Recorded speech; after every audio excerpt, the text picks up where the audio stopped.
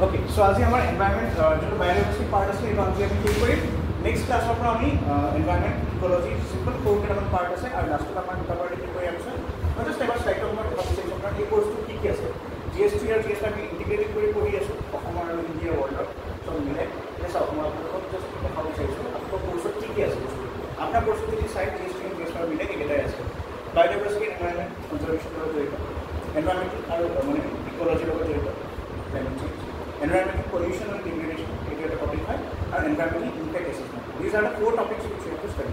Okay, so ठीक है हम आज शुरू करते हैं देखिए आप बायोडाइवर्सिटी वाइल्ड हो गया हमारा कंजर्वेशन जो पार्ट है वो हम लोग करेंगे आज हम कंजर्वेशन खत्म करने वाले हैं ठीक है और उसके बाद नेक्स्ट क्लास से क्या होगा आपका एनवायरमेंट इकोलॉजी वाला पार्ट स्लाइड होगा already I have completed all the slides यहाँ पे है सारा मैंने दिया नहीं क्योंकि आप लोग फिर क्लास नहीं करेंगे ठीक है तो already all the slides have been made some 230 slides है यहाँ पे total I have completed all this okay just एक मिनट दिखा देता हूँ सारी स्लाइड्स कंप्लीट हो गई 224 तक environment impact assessment last slide so ये आपका पूरा कंजर्वेशन खत्म कर देगा आई मीन पूरा एनवायरमेंट GST का ये वाला पार्ट खत्म कर देगा ठीक है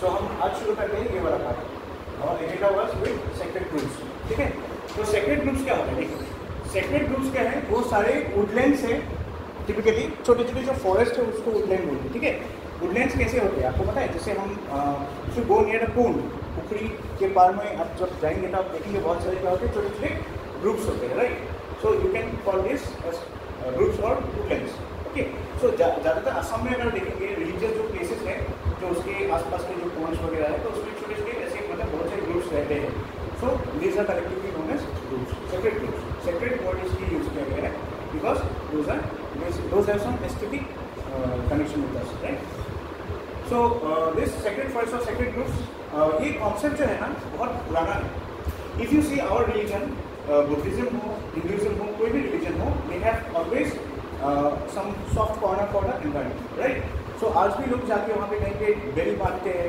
कहीं पे धागा लगाते हैं कहीं पे कपड़े लाल कपड़े बांधते हैं कहीं पे शिव को पूजा करते हैं राइट सो भगवान शिव के बारे में आपको पता ही सारे राइट सो ये सब चीज़ें अभी भी हैं अगर देखा जाए इसका ब्रॉडर टर्म पर्सपेक्टिव वो किस लिए है फॉर द कंजर्वेशन ठीक है कंजर्वेशन को अगर हम रिलीजन से जोड़ दें तो क्या होता है becomes most right so preservation of this area are carried out by local communities usually sacred में ऐसा नहीं कि गवर्नमेंट ने कोई इसके लिए ये बनाया वो बनाया कोई लेजिस्लेशन नहीं लोग खुद ही प्रोटेक्ट करते हैं राइट यस आप वहाँ जाके आप काटने लगोगे तो क्या होगा आपकी जो हो जाएगा नॉकिंग हो जाएगा ठीक है so people are afraid so because they are guided by their communities themselves right so they are depended by religious convictions and tradition and rituals are passed by them through generations तो generation after generation ये होता है जैसे पिताजी ने दिखाया आपको फिर आपको याद रहेगा ना कि ये वाला क्या है सेक्रेट ग्रुप है तो आप भी वहाँ जाकर पूजा करोगे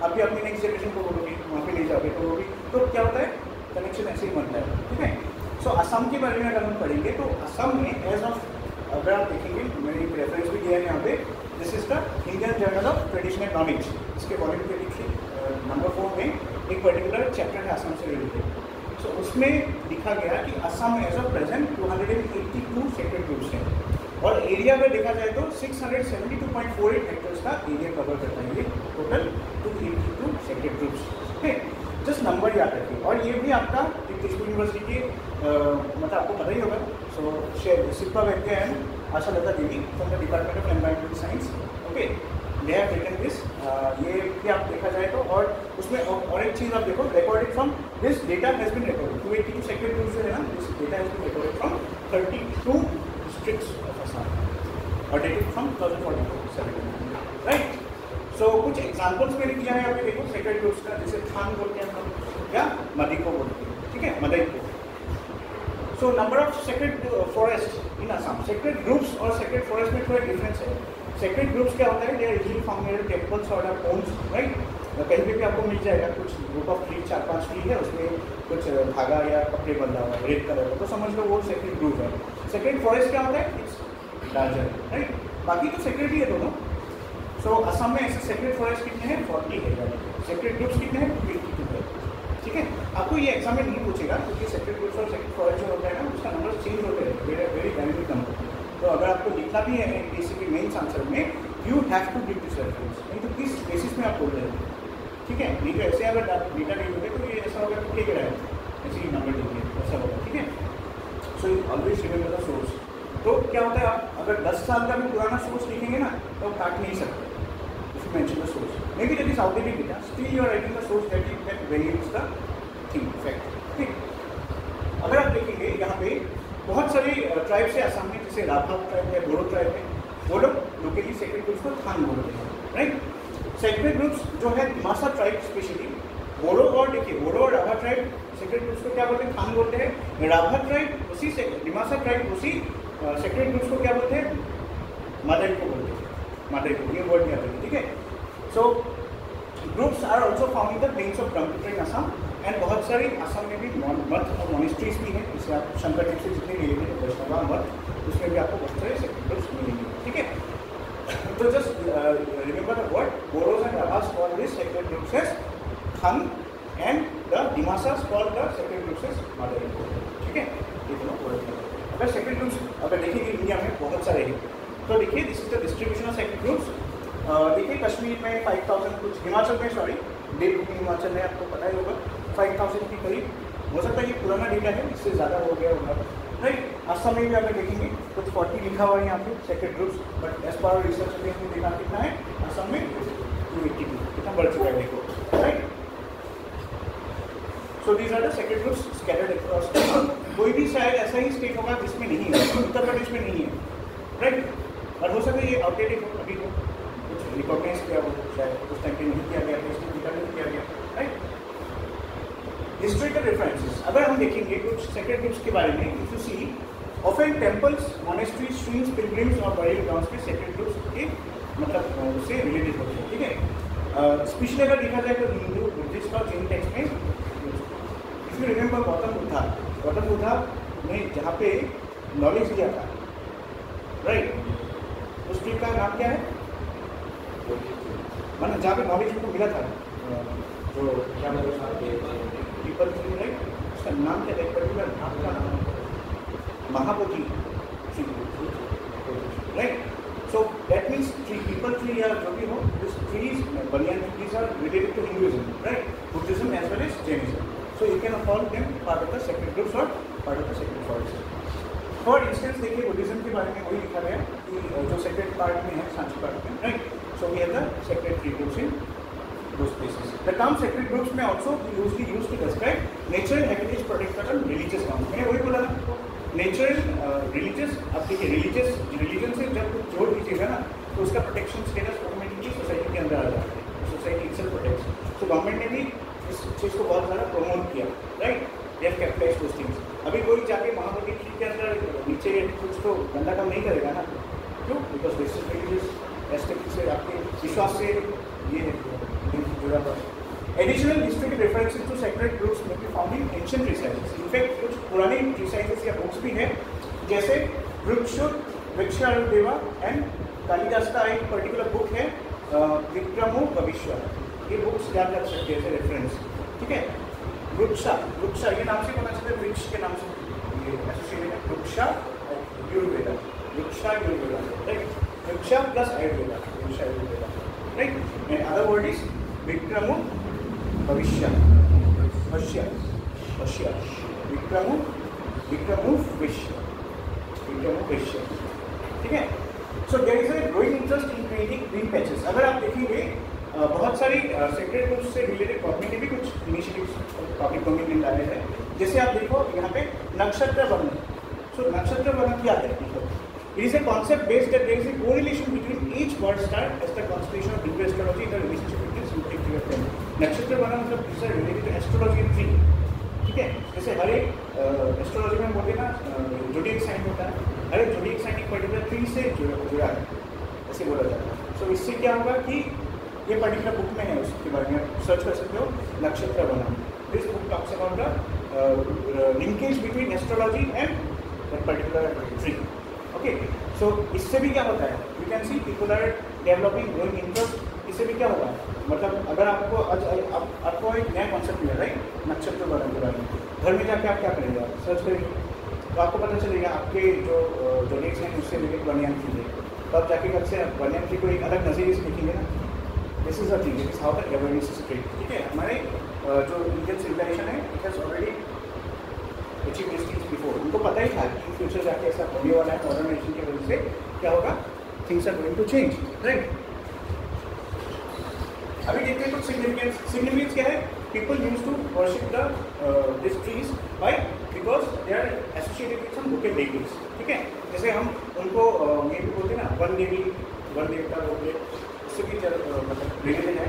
दे help in the protection of a rare endangered and endemic species. फिर अगर देखेंगे they are important representatives of flora and fauna diversity. ठीक है, जो लोकल कम्युनिटीज प्रोटेक्ट करते हैं। अब इसको बढ़िया से एग्जांपल भी यूज कर सकते हैं। मैंने writing about the like forest rights and rights of the scheduled tribes and traditional forest dwellers, तो उनके बारे में आप लिखेंगे तो आप लिख सकते हैं कॉन्सेप्ट ऑफ नक्षत्र बना, you can right a concept of sacred groves, right, link कर सकते हो। फिर और एक क्या चीज़ है आपको ये कहाँ पे यूज होता है, जिससे इट ऑल्सो हेल्प्स, जैसे आप सेक्रेड ग्रोव्स को क्या करेंगे, कंजर्व करेंगे, they will also help you to maintain soil fertility, right. फिर सॉइल इरोजन वगैरह भी कम होगा उससे। और क्या हो सकता है, they are also associated with, देखिए आप सेक्रेड ग्रोव्स यूजुअली कहाँ होता है, पोन्स और स्ट्रीम्स के आसपास होता है, तो क्या होता है लोकल लोग वहाँ पे जाके भी क्या करते हैं, वहाँ पे बैठते हैं। या उसके बाद और एक चीज़ है, वहाँ पे शेड होता है, तो आप देखेंगे गाँव वगैरह में जहाँ पे मंदिर वगैरह है तो कुछ पेड़ वेड़ लगा है, तो उसके नीचे कुछ गाय वगैरह सोते रहते हैं, right. They also take some relaxation, they have some, you can say. उसके बाद में आप बोल सकते हो और एक चीज़ इंपॉर्टेंट है, उसको अगर हाँ पोल के पास रखेंगे तो क्या होगा, it will help grab the soil tightly, तो उससे क्या होगा, इरोजन या रन ऑफ वगैरह कम होगा। उससे क्या होगा, आपका जो नेचुरल वाटर है वो भी फ्री हो जाएगा, like as a nature purifier. ठीक है, फ्रेंड्स देखते हैं, शेड के यहाँ कुछ होता ही नहीं हमारे ह्यूमन पॉपुलेशन जैसे। Shades associated with the sacred groups vary from region to region. ठीक है, अब अगर देखेंगे, देखिए मैं एक बात बोलूँगा, यहाँ पे एक एंगल पे आप बोल सकते हो, माँ कामाख्या जो दिव्य परिवार योजना है, ठीक है, उसमें भी आप देखेंगे तो बहुत सारे ट्रीज भी कटे जाएंगे, राइट। उसमें बहुत सारे ट्रीज भी क्या है, सेक्रेड ग्रुप्स है। You can give their angle to the answer, क्यों प्रोजेक्ट नहीं होना चाहिए, उसमें आप दे सकते हो कि sacred groups will be hampered due to this eviction से। ठीक है, ऐसे ही सोचते हैं हम सब, लिखते एग्जाम में। हाँ, land erosion, soil erosion, geographical angle दे सकते हो आप, कल्चरल एंगल दे सकते हो। ठीक है, बहुत सारी चीज़ें आप आंसर में आप जब लिखोगे ना, इसके आंसर राइटिंग इंपॉर्टेंट होता है। मैं फटाफट ये कंप्लीट इसलिए कर रहा हूँ, my objective is to develop that thing inside you. कैसे, क्योंकि आप जब लिखोगे ना तभी आएगा ये।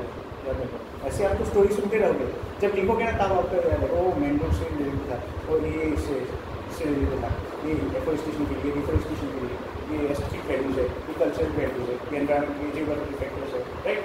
All things will come in your mind one by one, तब आप याद करोगे चीज़ें। ठीक है, फिर देखो ट्रेड्स में क्या होता है, पहले disappearance of the traditional belief system. लोगों में खुद ही जो बिलीफ सिस्टम है वो गायब हो रहा है। आजकल लोग इतना मॉडर्नाइज हो गए, एआई के ऊपर डिपेंडेंट हो गए, दे simply like they have forgotten this traditions and beliefs. इसलिए क्या है, सबसे इंपॉर्टेंट है, वो लोग आजकल सुपरस्टिशन मानते हैं इस चीज़ों को। दिस इज इंपॉर्टेंट थिंग, ये ट्रेडिशनल बिलीफ से हट रहा है, इसलिए लोगों को खराब भी नहीं लगता कहीं भी जाके पेड़ काट दो, right. First point. Next, rapid urbanisation बहुत ज़्यादा हो रहा है, आपको देखने में तो आ ही रहा है। अभी जैसे एग्जाम्पल आप दे सकते हो कामाख्या प्रोजेक्ट के बारे में, राइट। अर्बनाइजेशन भी है, डेवलपमेंट एक्टिविटीज़ के नाम पे ये सब किया जा रहा है। Third, you can write that primitive forms of nature worship has developed to formal temple worship. पहले क्या होता था, असम में अगर देखा जाए तो ट्राइबल लोग ज़्यादा है, right.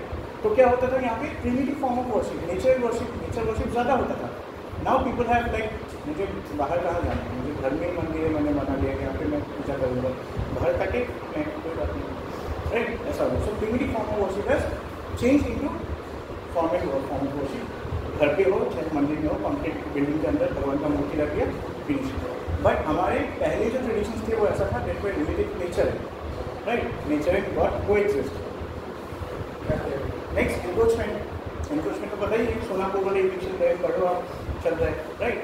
So this encroachment is one of the main reason. Other क्या हो सकता है आपका, invasion by exotic breeds is also serious. Nature reason अगर देखा जाए तो एक्सोटिक प्लांट्स, एक्सोटिक ब्रीड्स जो है, घास वगैरह, ये सब क्या करें, आपको दूसरे प्लेस को ग्रो करने नहीं देंगे उसको। ठीक है, फिर pressure from increasing life stock and food collection, मतलब जितने भी एनिमल्स ज़्यादा हो गया ना पॉपुलेशन इनका, वो भी क्या ज़्यादा कंज्यूम करेंगे, तो वो लोग भी सेकेंडरी ग्रुप्स को छोटा मोटा मतलब सिबलिंग या कुछ भी हो कैंटीन वगैरह निकल के आया थोड़ा बड़ा हुआ तो उसको खा दिया, बकरे ने खा दिया, राइट। तो और पहले ऐसा नहीं होता था, उनको वहाँ पे नहीं रहते थे जहाँ पे सेकेंडरी ग्रुप्स है, आजकल वो कहीं भी छोड़ देते ना लोग खाने के लिए आस पास, फिर घूमते रहते तुमने मेरे बकरे को क्या उठाया क्यों मारा, तुमने छोड़ ही दिया ऐसा तो मारे नहीं ना लोग, है ना, ऐसा है। लेकिन होता है तो लाइफ स्टॉक और सोयल वुड के लिए भी लोग आजकल क्या सबके पास जैसे इतना इकोनॉमिकली स्टॉक नहीं हो सकते कोई, तो उनको तो पता नहीं है, आपके लिए देंगे आपको आगे, right. So what are the legal protections, government को भी तो कुछ करना होगा ना, ये इशूज़ है। तो sacred groups have been legally protected under community reserves, लेकिन दुख की ये बात है कि असम में कम्युनिटी रिजर्व एक भी नहीं है, right. Community reserve conservation reserve में पढ़ा था कि नहीं, याद है ना, सेक्शन 35A राइट। सो जो wild life protection amendment act हुआ था, जो वाइल्ड लाइफ प्रोटेक्शन एक्ट 1972 है, उसमें अमेंडमेंट एक्ट जो हुआ था 2002 में, उसमें ये सेक्रेट ग्रुप्स को कम्युनिटी रिजर्व के अंदर लाया गया था। बट असम में अगर देखा जाए तो कम्युनिटी रिजर्व कुछ है ही नहीं, कंजर्वेशन रिजर्व कुछ है ही नहीं, तो sacred groups of Assam are very vulnerable to this issues. Okay, आप लिख सकते हो आंसर में, वे फॉरवर्ड में लिख सकते हो कि we have the provision of this wild life protection amendment 2002, but still Assam has no conservation reserve for which secondary groups are in increasing danger. ठीक है, छोटा टॉपिक है IUCN रेड डेटा लिस्ट, आपको पता ही है, IUCN एस्टेब्लिश हुआ था 1964 में, और इसका फुल फॉर्म है international union for conservation of nature, right. इसका एक पर्टिकुलर लिस्ट आता है जिसको हम रेड लिस्ट बोलते हैं, और ये रेड लिस्ट क्या करता है, इस रेड लिस्ट में आपके जो इन्फॉर्मेशन है related to the status of conservation, मतलब किस स्टेट में है वो पर्टिकुलर स्पीसीज, पेंगुइन या एनिमल हो, उसके बारे में यहाँ पे दिया जाता है, ठीक है। It can be animal, it can be small fungi, ठीक है। IUCN ने क्या किया, 9 कैटेगरीज में डिवाइड किया है सारी स्पीसीज को as per their level of threat. So अगर देखा जाए तो सबसे और एक ये न्यूज़ आपका जो लेटेस्ट डिवीजन हुआ है IUCN का रेड लिस्ट का, वो 11 दिसंबर 2023 को हुआ है, ठीक है, जब यूनाइटेड नेशंस जो UNFCCC का CCC का वो हुआ था, कॉन्फ्रेंस हुआ था, उसमें उसके टाइम पे ही उसी टाइम पे मतलब IUCN ने भी अपना रेड लिस्ट रिवाइज किया था, ठीक है। सो इसके बाद अब तक हुआ नहीं है, इसका लेटेस्ट 2024 में अगर दिसंबर में या नवंबर में कुछ होता है कॉन्फ्रेंस, आई विल देगा, ओके। अभी यही लेटेस्ट है। IUCN ने as of now around 1.57 lakh species क्या किया है, डिटेक्ट किया है, of which 44,000 are, you can say almost 1/3 of the species are but under threat of extinction, ठीक है। सो एक एक करके देखते हैं। फर्स्ट स्टेटस जो है वो है EX कैटेगरी। EX मतलब एक्सटिंक्ट, मतलब कोई नॉन इंडिविजुअल है ही नहीं, चाहे वो इन सिटू कंजर्वेशन में हो या कहीं पे भी आपको नहीं मिलेगा, ठीक है। एक्सटिंक्ट इन अ वाइल्ड मतलब इन सिटू में क्या है, एक्सटिंक्ट वाइल्ड मतलब क्या है, बाहर इन सिटू में नहीं है, एक्स सिटू में शायद कोई जीन बैंक हो, कोई एक्वेरियम हो, कहीं पे उन्होंने प्रिजर्व करके रखा है उस स्पीसीज को, लेकिन it has got extinct in a wild मतलब बाहर आपको कहीं नहीं मिलेगा। इसने कंजर्व करके रखा है, that's a different thing, but आपको बाहर नहीं मिलेगा। क्रिटिकली एंडेंजर्ड मतलब क्या होता है, which is in the extreme risk of being extinct in the world, मतलब अगर आप देखा जाए तो ये सबसे खराब कैटेगरी है, इसे स्लोली नीचे आएगी तो क्या होगा, इसका रिस्क कम होते जाएगा। ये तो गायब ही हो गया, ये गायब हो गया वाइल्ड में, ये क्या हुआ है, ये गायब होने वाला है वाइल्ड में, ठीक है। इसमें देखा जाए तो कुछ क्राइटेरिया है, इस कैटेगरी में किस स्पीसीज को रखेंगे, ये कैटेगरीज भी जान लीजिए। 90% अगर रिडक्शन होता है इन द लास्ट 10 ईयर्स उस पर्टिकुलर स्पीसीज को इस कैटेगरी में रखेंगे। अगर पॉपुलेशन क्या होता है, मेल मैच्योर पेपर्स का अगर 50 से कम है population, then you can say it is critically endangered. जैसे कोई एलिफेंट ले लो आप, एलिफेंट का अगर स्पीसीज जो यहाँ पे एशियाटिक एलिफेंट है असम में, अगर उसका मैच्योर एलिफेंट का जो नंबर है वो 50 से अगर कम हो गया, then you can call it critically endangered. Third क्या है, qualitative analysis showing the probability of extinction to at least 50%, मतलब अगर एक आप क्वालिटेटिव एनालिसिस करें नंबर के हिसाब से, in the last 10 years if their total population has decrease by 50%, so उस स्पीसीज को भी आप इस कैटेगरी में रख सकते हैं। देन नेक्स्ट स्पीसीज जो आता है स्टेटस वो क्या है, एंडेंजर्ड। एंडेंजर्ड मतलब high risk of extinction in the wild. Difference ये है, देखो यहाँ पे क्या वर्ड यूज किया, extremely high risk, this is high risk, थोड़ा कम है लेकिन है। सो इसमें डिफरेंस यही होगा, वहाँ पे क्या था 90% से ज़्यादा था, ये 70% होगा, ठीक है।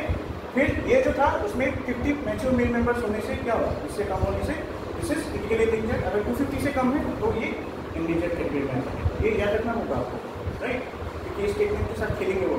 दे देंगे। फिर थर्ड क्या है, क्वांटिटेटिव एनालिसिस जो है वो क्या था, एटलीस्ट 50% रिडक्शन हुआ था, यहाँ पे 20% अगर रिडक्शन होता है नेक्स्ट ईयर्स में, तब वो आप इस कैटेगरी में डाल सकते हैं इंडियन के वगैरह।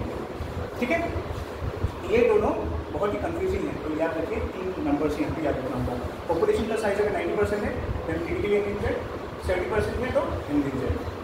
अगर पॉपुलेशन 50 से कम है then it is critically endangered, 250 से कम है तो एंडेंजर्ड। अगर पॉपुलेशन का जो लॉस हुआ है इन द लास्ट 10 ईयर्स वो अगर 50% से ज़्यादा है प्रोबेबिलिटी, ठीक है, तो वो क्या है क्रिटिकली एंडेंजर्ड, अगर 20% है वो एंडेंजर्ड। बस इतने 3 नंबर याद रखना है। नेक्स्ट हम देखते हैं फिफ्थ कैटेगरी है वल्नरेबल। 9 कैटेगरीज है, उसमें से फिफ्थ कैटेगरी है वल्नरेबल। वल्नरेबल में भी सेम है, देखो पॉपुलेशन साइज क्या है, अगर 50% से क्या है ज़्यादा है, कम है, राइट, तो वो क्या होगा वल्नरेबल में आएगा। 90% क्रिटिकली एंडेंजर्ड, 90 से 50% एंडेंजर्ड, 50 से कम वल्नरेबल। समझ में आ रहा है ना, ऐसे याद रखो। फिर पॉपुलेशन अगर देखा जाए तो 50 से कम होने से क्या क्रिटिकली एंडेंजर्ड, 250 से कम होने से एंडेंजर्ड, 1000 से कम होने से और 10,000 से कम होने से वल्नरेबल। ऐसे याद करके कंपेयर करके पढ़ना। फिर पॉपुलेशन जो एक्सटिंक्शन है वो अगर 10 ईयर्स में 50% था तो क्रिटिकली एंडेंजर्ड, 10 ईयर्स में अगर 90% था तो एंडेंजर्ड, 50% था तो एंडेंजर्ड, और अगर 100 ईयर्स में 10% है लेकिन 100 ईयर्स में अगर कम हो तो वल्नरेबल। ठीक है, सो जब आप लिखोगे ना ये तीनों कैटेगरी क्रिटिकली एंडेंजर्ड, वल्नरेबल, तो एक ऐसा लिस्ट बना दो, क्रिटिकली एंडेंजर्ड ऐसे लिस्ट बना दो, एंडेंजर्ड और वल्नरेबल, इन तीनों का एक एक कैटेगरी बना दो। ये 90%, ये 50%, ये 20%, राइट।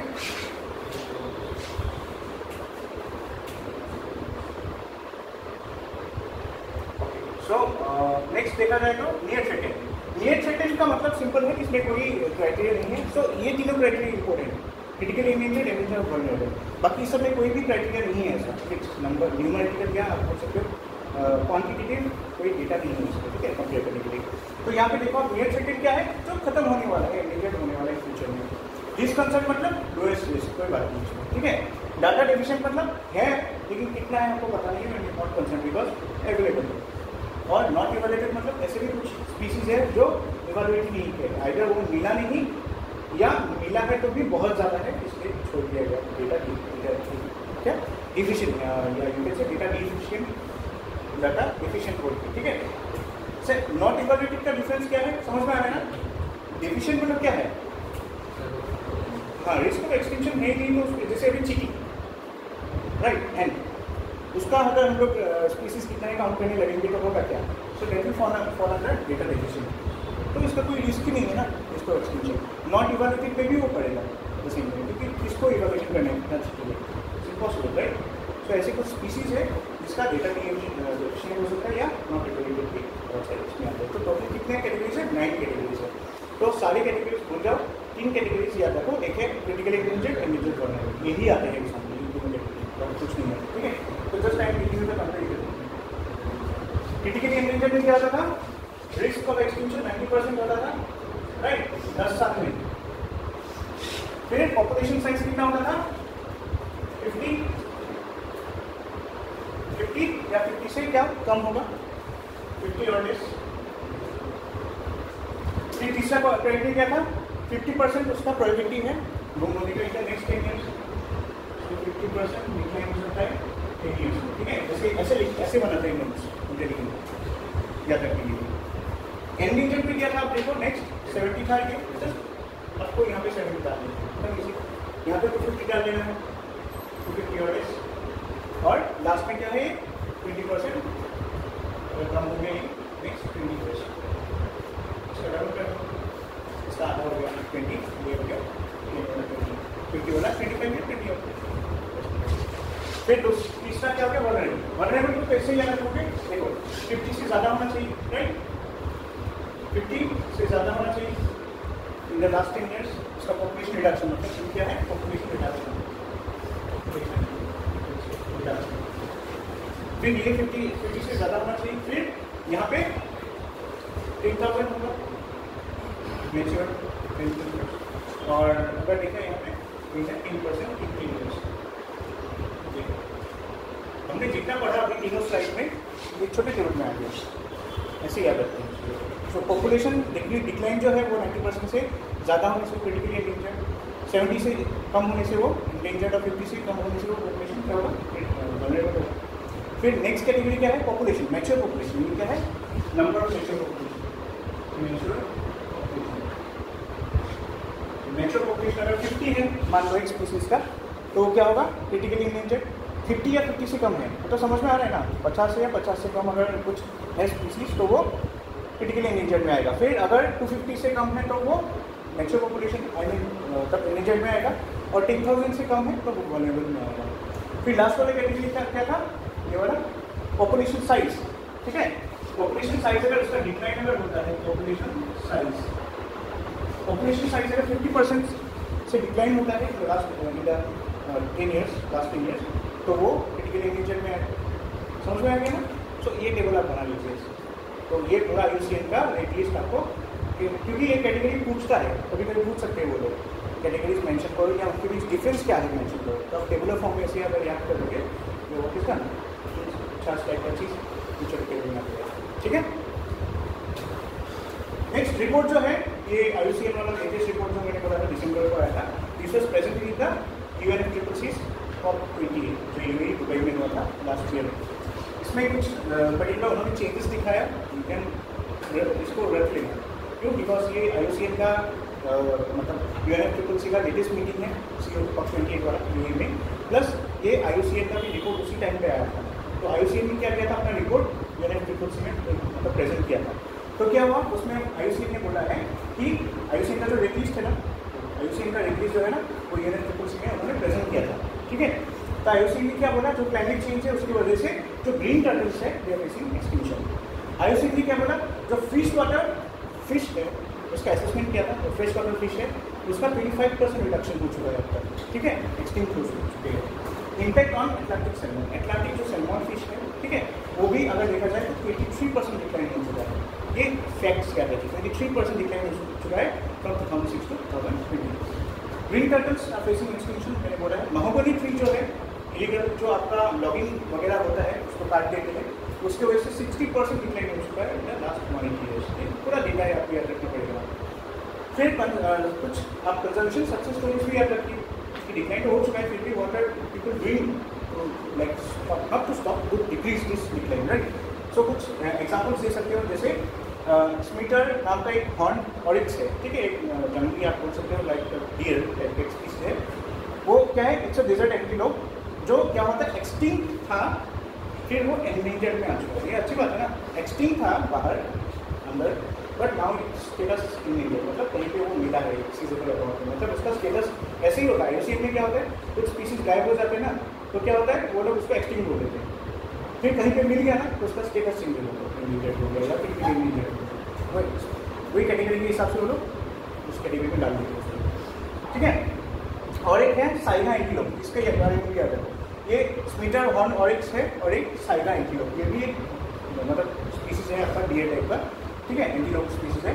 उसका भी स्टेटस अगर देखा जाए तो वो थोड़ा और ज़्यादा डिफरेंट हुआ है, क्रिटिकल एंडेंजर्ड से नेक्स्ट कैटेगरी में आया है, ठीक है। सो मतलब इससे उस कैटेगरी में गया है, सो अच्छी बात है। अगर आप जितना इस वाले से अगर हम इस कैटेगरी में जाएंगे तो ठीक अच्छी बात है, राइट, अच्छी बात है। तो हम लेफ्ट टू राइट करेंगे, ये हमारा मतलब ऑब्जेक्टिव है। ये कुछ स्पीसीज जो लेटेस्ट IUCN वाले लिस्ट में इनका चेंज हुआ है, इसको याद रख सकते हैं। इसमें से सब याद रखने की जरूरत नहीं है, असम से रिलेटेड जो है वो याद रखें। देखिए असम से रिलेटेड क्या क्या है, एलिफेंट, उसका स्पीसीज स्टेटस याद रखिए, आ सकता है इस बार एग्जाम में IUCN स्टेटस आती है, एंडेंजर्ड है, ठीक है, टाइगर एंडेंजर्ड है, स्पिट हेयर असम रेबिट जिसको बोलते हैं वो भी एंडेंजर्ड है। असम में जितना आप देखेंगे स्पीसीज ज़्यादा एंडेंजर्ड है, SP याद रख सकते हैं, असम से रिलेटेड होकर एंडेंजर्ड। हाँ, कुछ याद रखिए आप, जैसे गोल्डन लंगूर ये भी एंडेंजर्ड है, व्हाइट विंग कुत्ता बेहुमा ये भी एंडेंजर्ड है, राइनो वल्नरेबल। देखा आपने, यहाँ तक जो असम की स्पीसीज है सारे क्या था, एंडेंजर्ड था। राइनो वल्नरेबल है क्योंकि राइनो सेंसस में लिखेंगे हमने 2022 में आया था, उसमें पता चला कि राइनो का क्या है पॉपुलेशन बढ़ चुका है पहले से, ठीक है। तो इसके पहले एंडेंजर्ड था, फिर अभी वल्नरेबल में आ गया है IUCN लेटेस्ट वन, ठीक है। तो ये चेंज हुआ है, लिखा हो सकता है इस एग्जाम में आ जाए, एंडेंजर्ड है कि वल्नरेबल है, क्रिटिकली एंडेंजर्ड है, एक्सटिंक्ट इन द वर्ल्ड, ठीक है। तो बहुत सारे लोग इंडिविजुअल मानेंगे क्योंकि राइनो का दिसंबर 2024 से पहले, सॉरी 2023 दिसंबर से पहले ना राइनो का स्टेटस क्या था, बस इंडिविजुअल, लेकिन ये चेंज हो चुका है, ठीक है। वनरेबल सारा स्क्रीन वनरेबल है, ओनली ठीक है। इसमें से आप ध्यान रखिए पिग्मी हो नॉर्मली क्रिटिकली नहीं चल रहा अभी नहीं। राइनो भी इसके साथ ही था, राइनो निकल चुका है लेकिन ये नहीं रहेगा क्रिटिकली नहीं, ठीक है। फिर ग्रेट इंडियन बस्टर्ड घड़ियाल वगैरह, ठीक है। चलो थोड़ा स्टेट ऑफ राइनो रिपोर्ट देख लेते हैं। स्टेट ऑफ राइनो रिपोर्ट क्या है, देखो अभी हमारे यहाँ पे राइनो पूरा वर्ल्ड में मतलब 5 टाइप का होता है, ठीक है। एक होता है ग्रेट राइनो, एक होता है ग्रेट वन हॉर्न राइनो जो हमारे यहाँ पे मिलते हैं, फिर वहाँ पे ब्लैक राइनो है, जावान राइनो और सुमट्रन राइनो। तो आप देखेंगे ये बाकी जो है ब्लैक राइनो, जावान राइनो, सुमट्रन राइनो, तीनों का स्टेटस देखिए क्रिटिकली इंडिकेटेड अभी भी है। ये भी था कुछ दिनों पहले, लेकिन अभी वो वर्ल्ड राइनो में आ चुका है। हमारा असम का यही राइनो है ना, उसका नाम क्या है, राइनोसेरस यूनिकॉर्निस, एक सिंग वाला, राइट। बाकी सारे अगर देखेंगे सब दो सिंग है, राइट। इसका भी एक सिंग, 2 सिंग है लेकिन एक मतलब ऐसे है वो। बाकी सारे राइनोस का देखेंगे तो आगे पीछे है, लेकिन इस वाले राइनो का आप देखेंगे थोड़ा सा निकल रहा है, आप देख रहे हो 2 सिंग है, वो एक के पीछे एक नहीं है, ऐसे साइड बाई साइड है, देख रहे हो, ठीक है। तो इसका देखो यहाँ पे थोड़ा सा निकल रहा है ना, 2 सिंग है इसका, लेकिन ऐसे ऐसे है, आगे पीछे नहीं है। लेकिन हमारा जो राइनो है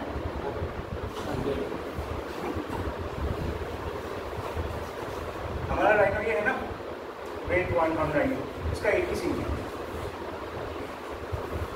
और इसका साइंटिफिक नेम भी याद रखिए, और बाकी सारे कभी याद रखिए, हो सकता है व्हाइट राइनो का आता है सेराथोरियम, सीरियम, सीमा, फिर ब्लैक राइनो का है बाइसेरोस, बाइकॉर्निस 2, फिर राइनोसेरोस सोंडाइकस, फिर डाइसेरोराइनस सुमट्रेंसिस, ठीक है। ऐसे नाम है, नंबर्स याद रखने की जरूरत नहीं है, व्हाइट राइनो का एक्सटिंक्ट नियर, अभी व्हाइट राइनो का है लास्ट को ये वाला नियर थ्रेटिंग का व्हाइट राइनो या ब्लैक राइनो, व्हाइट राइनो या black rhino, white rhino extinct हुआ है व्हाइट में, पूरा एक्सटिंक्ट नहीं हुआ है। हाँ, इनफैक्ट आप अगर अफ्रीका के मतलब साउथ में जाएंगे ना, आपको ब्लैक राइनो का स्टेटस ज़्यादा खराब है। व्हाइट राइनो फिर भी कंजर्वेशन में है, कुछ बचा हुआ, एक्सटिंक्ट इन द वाइल्ड हो चुका है, लेकिन अगर ब्लैक राइनो देखेंगे ना बहुत ही कम है। देखो आप आईसीएम का फिगर 6000, ये अभी भी है, बचा हुआ है, यूनिवर्सिटी कंजर्वेशन में है या जू वगैरह एक्सिको में है, कुछ बचा हुआ है, पूरा नहीं हुआ है। लेकिन ब्लैक राइनो अगर देखेंगे ना उसका स्टेटस ज़्यादा खराब है। ऐसे न्यूज़ में आया था, मुझे पता है, उन्होंने क्यों पूछा, बिकॉज स्टेटस न्यूज़ में आया था कि व्हाइट राइनो का पॉपुलेशन डिक्रीज हुआ है, but in comparison to black rhino ज़्यादा है व्हाइट राइनो। ये कंफ्यूजन मत कीजिए, ठीक है, क्योंकि ये सकता है स्टेटमेंट के फॉर्म में कि व्हाइट राइनो ज़्यादा है ब्लैक राइनो से। हाँ करेक्ट है, ब्लैक राइनो कम है, ठीक है। सो स्टेटस देख के भी पता चलता है ना, this is near threatened, this is critically endangered, black rhino is in very bad state, ठीक है। मतलब मेन कारण ये है कि ब्लैक राइनो का इतना ज़्यादा फोकस नहीं होता, इतना मतलब इम्पोर्टेंस नहीं देते, व्हाइट राइनो को ज़्यादा फोकस देते हैं। व्हाइट राइनो जो राइनो एक ही मतलब फीमेल स्पीसीज थी, उसका डेथ हुआ था, इसलिए नहीं आया था जून में, लेकिन फिर भी प्रोटेक्टेड है।